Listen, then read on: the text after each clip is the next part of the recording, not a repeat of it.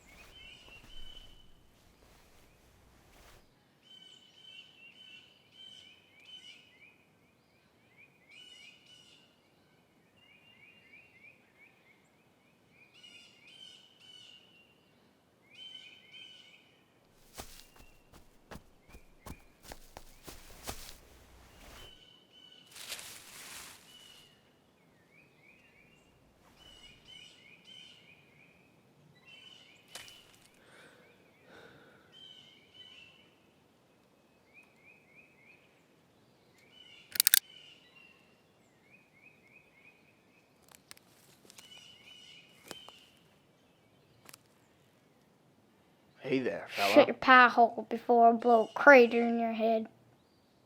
Follow me, Hank.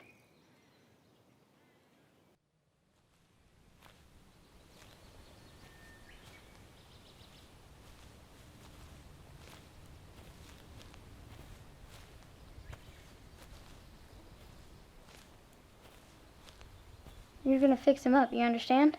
You want me to fix him up? You're hospice, ain't ya?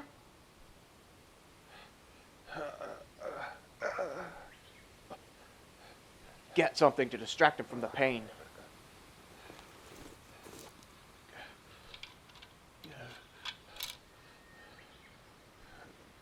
No, not that.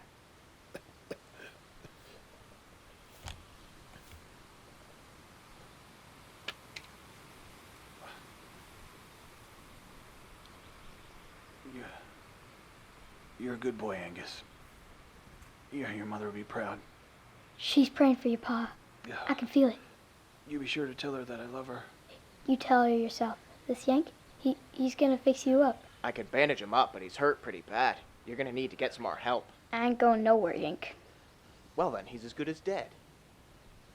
All those hospice wagons behind the lines over there, they're meant for cases like this. You're just gonna have to go alert someone. They all ran off. Bunch of pigeon livers. There's gotta be a field dressing station around here. You think you could go look?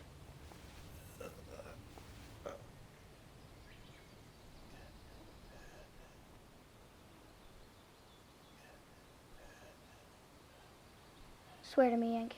Swear to me you won't leave him. I'm not gonna leave him. Don't piss on my leg and tell me it's raining. Swear it. I swear to God, and I put my hand to Christ, I will do everything within my power to help your father. All right, don't get your knickers in a knot.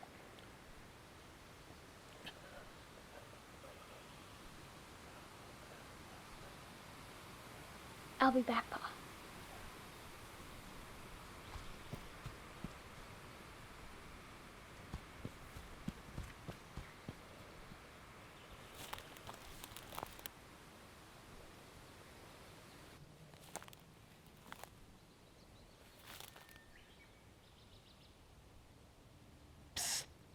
Find anything good? Hey, behind you.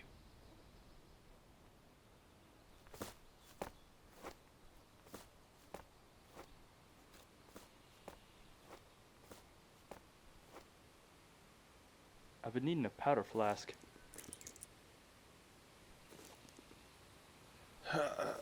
Oh, hell.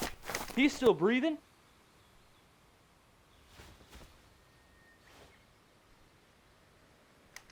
What are you doing?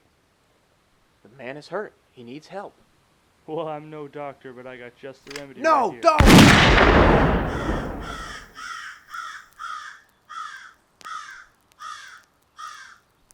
It is very seldom that we experience a manifestation of such love and respect from a foe. And if you are still living and can remember the undeserving kindness you showed me, know that I am extremely grateful and indebted to you. Why do you care so much about this grayback anyhow? Can I go now? Nope. You're gonna help me carry him. Carry him where? I wasn't really gonna shoot him. There's a hospital set up in a chapel east of here. Is that so? Now what are you doing?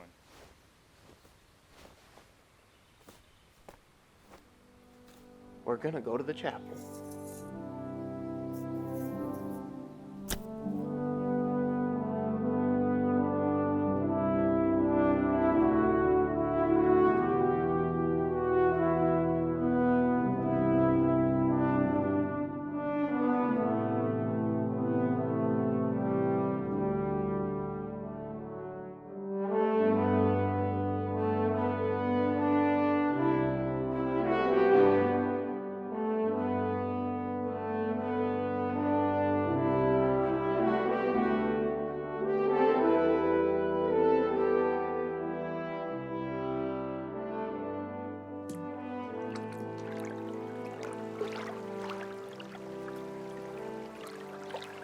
Well, I guess we're gonna have to make it back to our company. Sounds good to me. I'm James Hill, by the way. Crook. William Crook. Get down! Round arms! You see how many? No, I didn't. Here. On the count of 3, you make a run for it. What? I'll cover you. Ready? 1, 2, 3.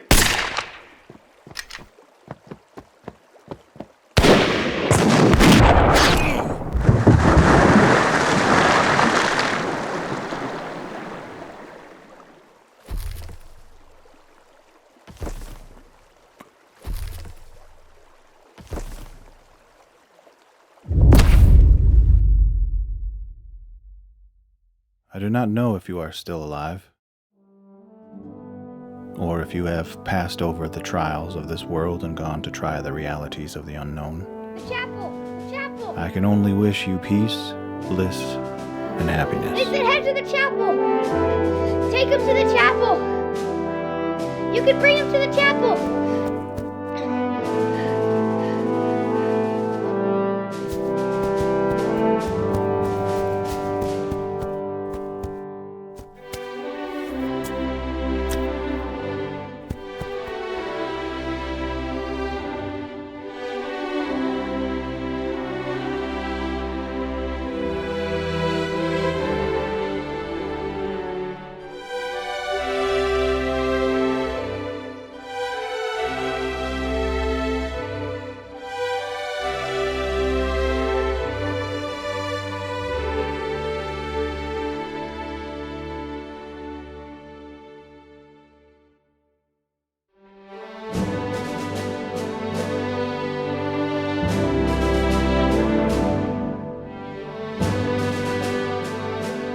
When I heard that my men overtook you at the riverbank, I sent my son with the order for your release, and for you to be sent off well supplied and cared for.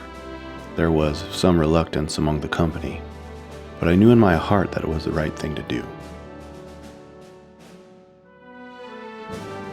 For you taught us that the deeds of valor are not rendered by the soldier who merely fights, but by the soldier who bravely loves.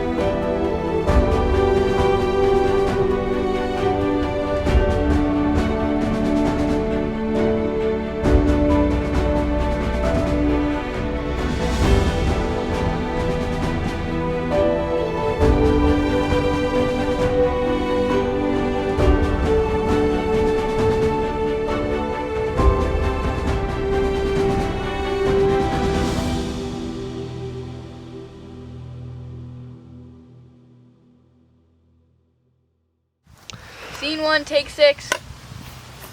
Action. Welcome, this is the behind the scenes of Deeds of Valor.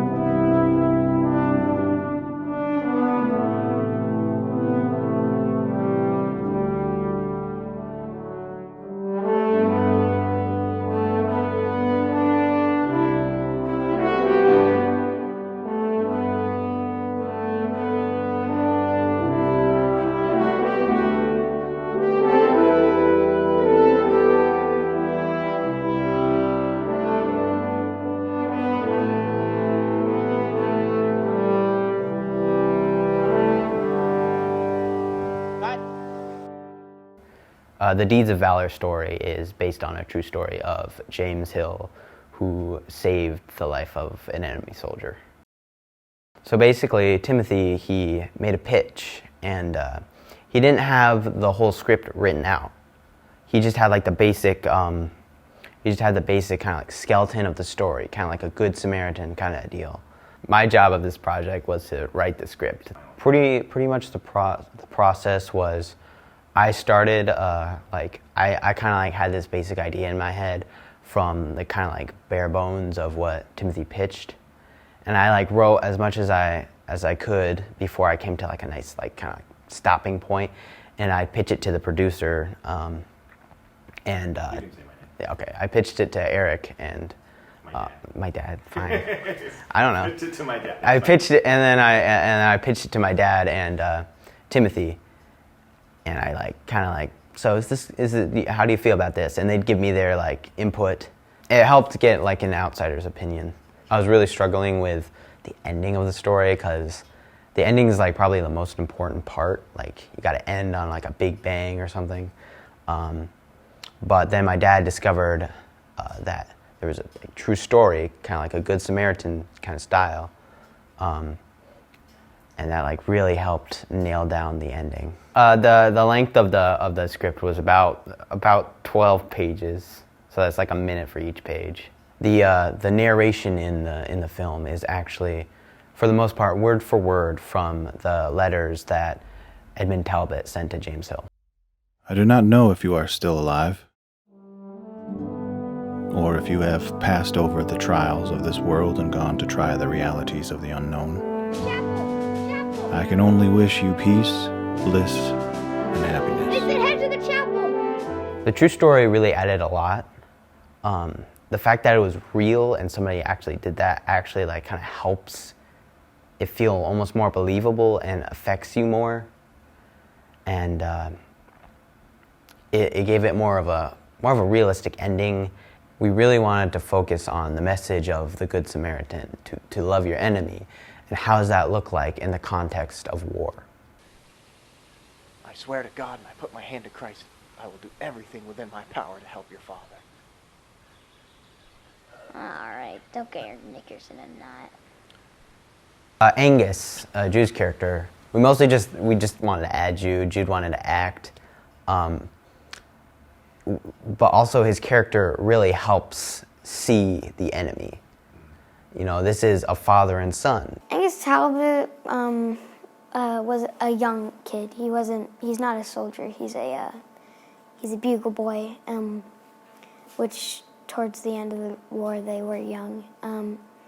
I'd say Angus Talbot is a little moody, especially when it comes to like his father being wounded. So like when he has to leave, he's just like, I ain't going nowhere, Yink. Yeah. You're gonna need to get some more help. I ain't going nowhere, Yink. Well then, he's as good as dead.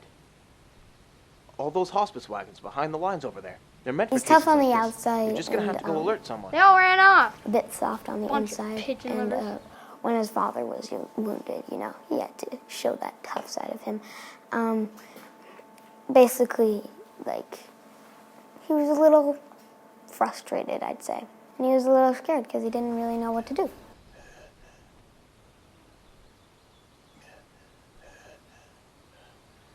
Swear to me, Yank. Swear to me you won't leave him. My favorite part was probably the part where he points at the gun and says, "Shut your pie hole before I blow a crater in your head."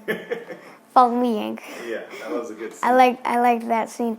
What I did to practice my voice, well, basically, at first I didn't really get the voice. I was scared to use it because, I just thought I would say "Shut your pie hole," So yeah. So I after I watched what was it, The Magnificent Seven? Yeah. Seeing Chris Pratt with the accent, I was just so I think I could do that. We were trying to talk like a Southerner, but then I figured out if I talk like a cowboy, it would come out right. And Don't piss on my leg and tell me it's raining. Swear to me. I swear it. I actually got it. You got the accent. Yeah, I got the accent. The accent was. It took me a little bit. I was a little scared, but then I got it. And so, do you like the way it came out? Yeah, I like the way it came out. I'm good with my performance. Even if I had a bad mood, even when it would come to the acting, and and I'd be like, she's praying for you, Pa. I can feel it. It would just come out. It would come out I could control it. It would just it just suddenly appear. Okay, look at his face. All right, that'll work. The worst part about filming was probably the heat when we were filming in the field. In the shot, right? No. We technically don't. And I don't think we're getting a low enough. Oh man, it's so freaking hot. It's so itchy. So let's do this. It just it was probably somewhere close to the 90s, and my suit was wool or something, and it just made it really hot, especially because a shirt and then a jacket and also a cowboy hat because it would sweat so much, and I also had a handkerchief, right? So it just was just Bro, are you gonna seriously do this to me? With the character of Angus Talbot, who is played by Jude Kirk, he's he's supposed to be he's a little bit more experienced his experience surpasses his age is what we're trying to show in the film. So he's kind of he knows war like the back of his hand, basically, except for there's some moments that you see in his character where you realize, oh, this is still just a kid. What we did for the customization of his costume was we gave him a bugle because he's supposed to be a bugle boy. So that means he wouldn't necessarily be in direct action, but he would still see plenty of it. And then we gave him, again, he has no professional military type of uniform because he is supposed to be a Confederate bugle boy. The color yellow is the color for cavalry in the Civil War. So that's why we gave Angus Talbot the sash, or I think it's a yellow sash that goes around his bugle that holds it close, just to kind of give another detail that he is a bugle that he's a bugleman for whatever cavalry company this is.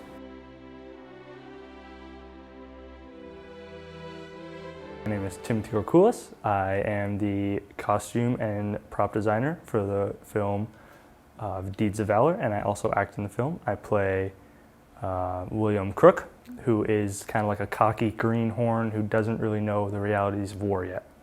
So, and coming off the back of the yellow for the cavalry, red was a dead giveaway or a signal or a marking for artillery.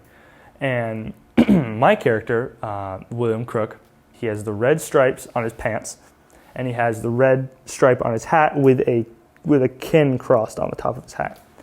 And he's kind of supposed to look a little bit more put together than James Hill, just because he's supposed to be kind of he hasn't really seen war yet, so he hasn't actually had time to get roughed up. Yeah. The way I went about firstly deciding the different costumes for the different characters was I had to kind of dig into history a little bit and actually find out what the men of the Civil War, specifically Union soldiers, would wear, digging into history and finding what worked best for the budget we had.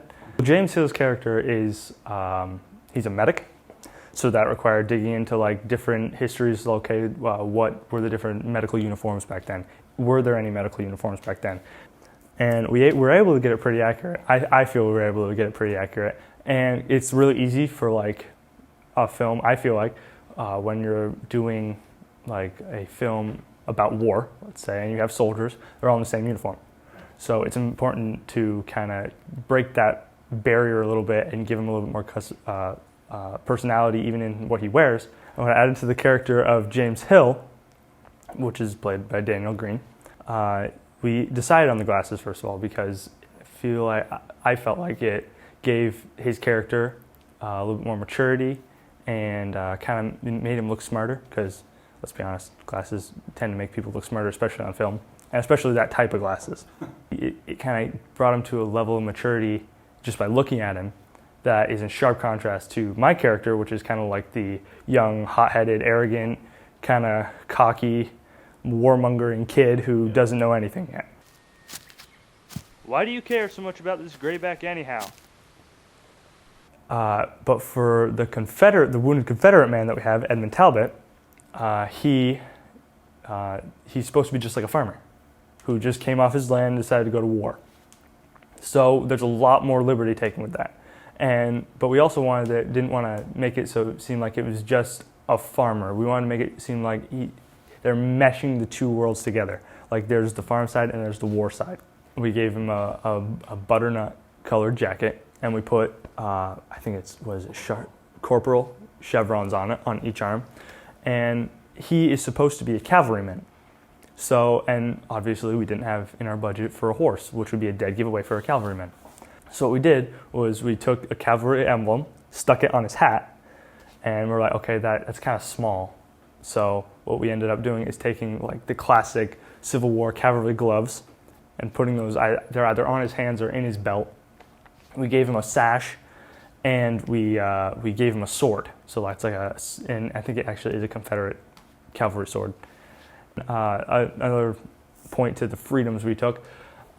He has like a pinstripe shirt on, so it's a dead giveaway that he's not any sort of like professional military. He's a volunteer. Yeah, he's somebody who decided who volunteered basically. And action.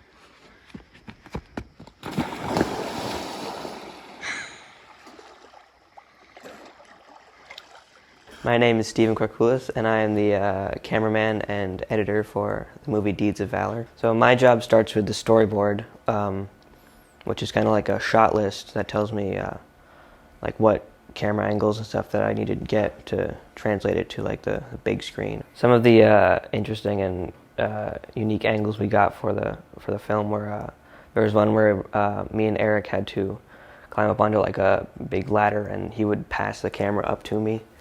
And we had to like keep it as steady as possible because not to like shake it. And then we had to get one that was like we had to stick the tripod into the river and hope to God it didn't float away. So that was nerve-wracking. So you'll notice in the beginning of the film when Daniel's first waking up, and we get there's a shot. The beginning shot is him opening his eye and like kind of waking up from being like knocked out or something like that. You'll notice that we rack focus in and out from blurriness to kind of translate that. For one, he doesn't have his glasses on, and two, he's he's trying to get like a grip onto where he is, and that kind of like blurriness and messy camera work was intentional to translate that he's disoriented and trying to kind of get a grip onto where he is. One of the more interesting shots we got was a scene where Micah has to like hit Daniel in the head with the butt of his gun. So we intentionally filmed Micah with a lower shot to kind of translate that he is bigger and scarier and the bad guy basically. And then we filmed Daniel up above, one to translate that it's Micah's point of view, and another to translate that he is like smaller and weaker. So to prepare for the filming, we we did a bunch of tests that we put into something called a previs, which is kind of like visualizing what we want and the angles and special effects and like the sounds that we wanted. So yeah, that was fun.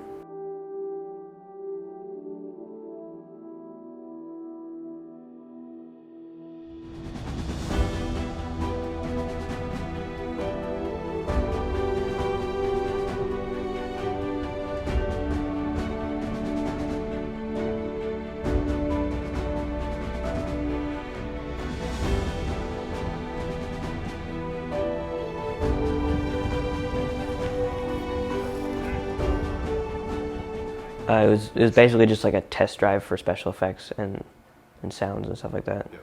So we purchased video muzzle flare assets to kind of superimpose them onto our video, and as long as the actor was making the right motions. So for instance, while we were filming the previs, one of the things I did was I kind of popped up when I was shooting the gun.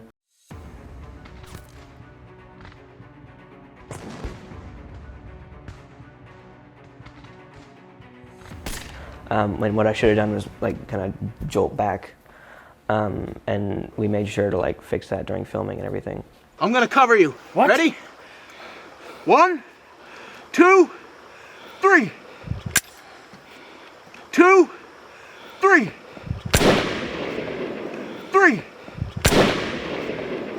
And these were kind of some of the movements and quirks that we worked out like during the filming of the previs and making sure that we had all the movements right.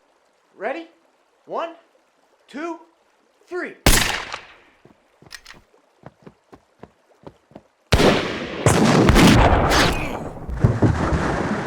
Another special effect we used was the use of something called set extension, which is essentially just like a digital matte painting. So for instance, we would take like a house or like a picture of an old house, and any use of like a static picture, we would put it into our video. Since the house doesn't move, we didn't really need to worry about it. So, and then we kind of hide it behind the trees or something like that. So that way it made our video look older than it actually was. So we ended up. So there are some things in the script that we just didn't end up using overall. They just didn't add to the story, and in fact, they took away from it. So part of my job as an editor is to decide what adds to the story and what just isn't useful or what takes away from the story. So although I would have liked to have a little cameo in the movie, it wasn't adding to the story, so we just had to throw it in the garbage. If you read the script, you'll see that there are some parts that we just didn't add because they weren't necessary, like some dialogue between James Hill and William Crook. Well, my father's a lawyer in Hartford. I guess I'll go work for him. What about you? Yeah, I guess I'll just go back to being a reverend. You need to start to laugh. A reverend? Is that right? If you ask me, you'd never stop being one. I did it again. Suddenly a shot rings from deep in the woods. 2 Confederate soldiers. One, no. I was in the movie. I did a cameo as one of the Confederates who shoots at William Crook and James Hill. Get down! Round arms. You see how many? My favorite part about the process was adding music. It really like gave the movie emotion, and I like love it so much.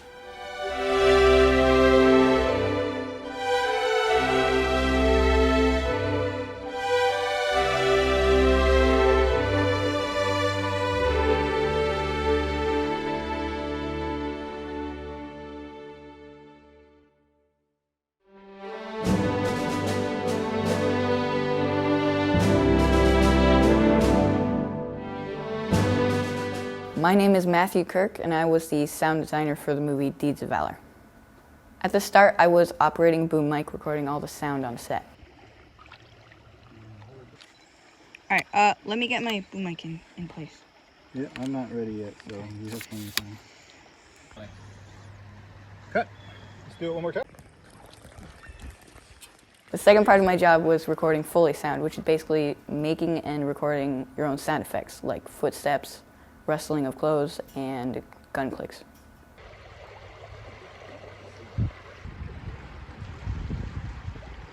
Later, for the sound effects I couldn't get, I chose some from stock sound effects.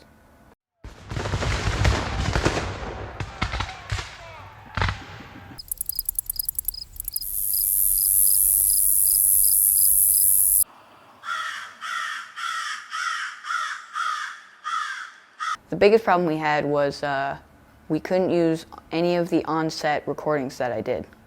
Because of things like there was a lot of traffic noise because we were close to the highway. There's a lot of bugs in the field, and the wind was really strong some of the days, so when we would switch scenes you could hear the cut and it wouldn't work.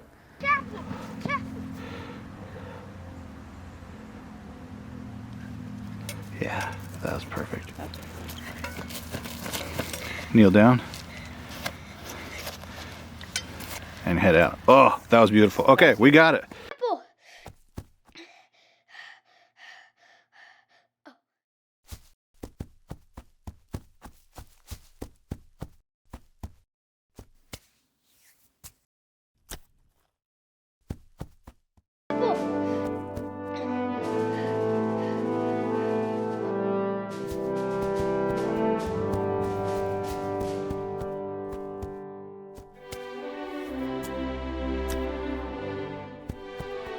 So all of the audio you heard in the film was recorded after, or we got it from stock.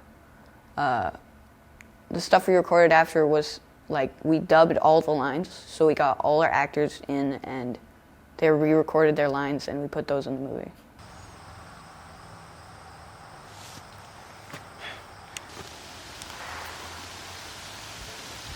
Hey there, fella. Shut your pie hole before I blow a crater in your head.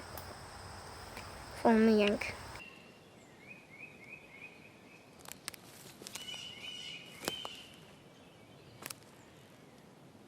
Hey there, fella. Shut your pie hole before I blow a crater in your head.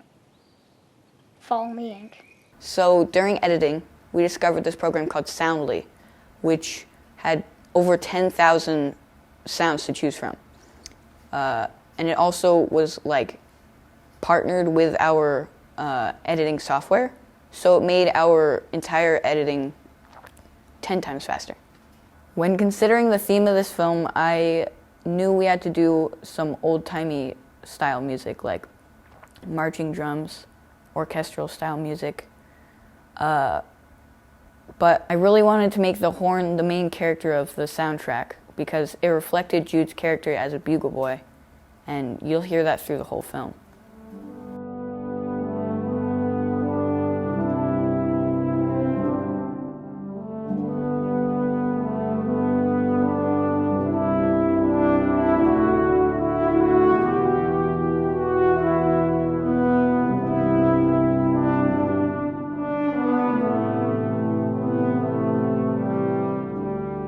My favorite part of this whole project has probably been the research and just finding out, like diving into the history behind even this specific event that took place that this film is based off of, and just like letting my inner nerd loose on this project has been pretty fun. And then going out and like literally getting to dress like these characters is really something spectacular. The Deeds of Valor story is based on a true story of James Hill, who saved the life of an enemy soldier.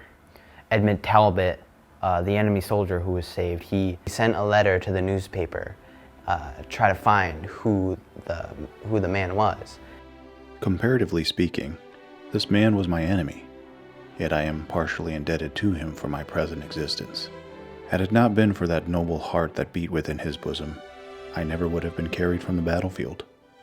More than once the bearers of the litter complained of my weight and expressed their desire to carry men who would survive. And a couple months later, James Hill sent a letter back saying it was me. I carried him a piece towards the church on the hill, if not all the way. I have often wondered if the poor fellow lived, and if so, I have a strong desire to find him. And having the impression that this is the soldier that it was my great pleasure to help on that sad occasion, I am very anxious to be put in direct communication with him. And the whole nation saw it. It saw this like beautiful story of these two sides reconciling to each other. So fun fact, my character, William Crook, actually knew James Hill in real life. And James Hill actually led William Crook to the Christian faith, and actually baptized him after the war, which I thought was really interesting. Ew. The other one's full too. James Hill didn't only have an impact on his enemy, but everyone he was around. For you taught us that the deeds of valor are not rendered by the soldier who merely fights, but by the soldier who bravely loves.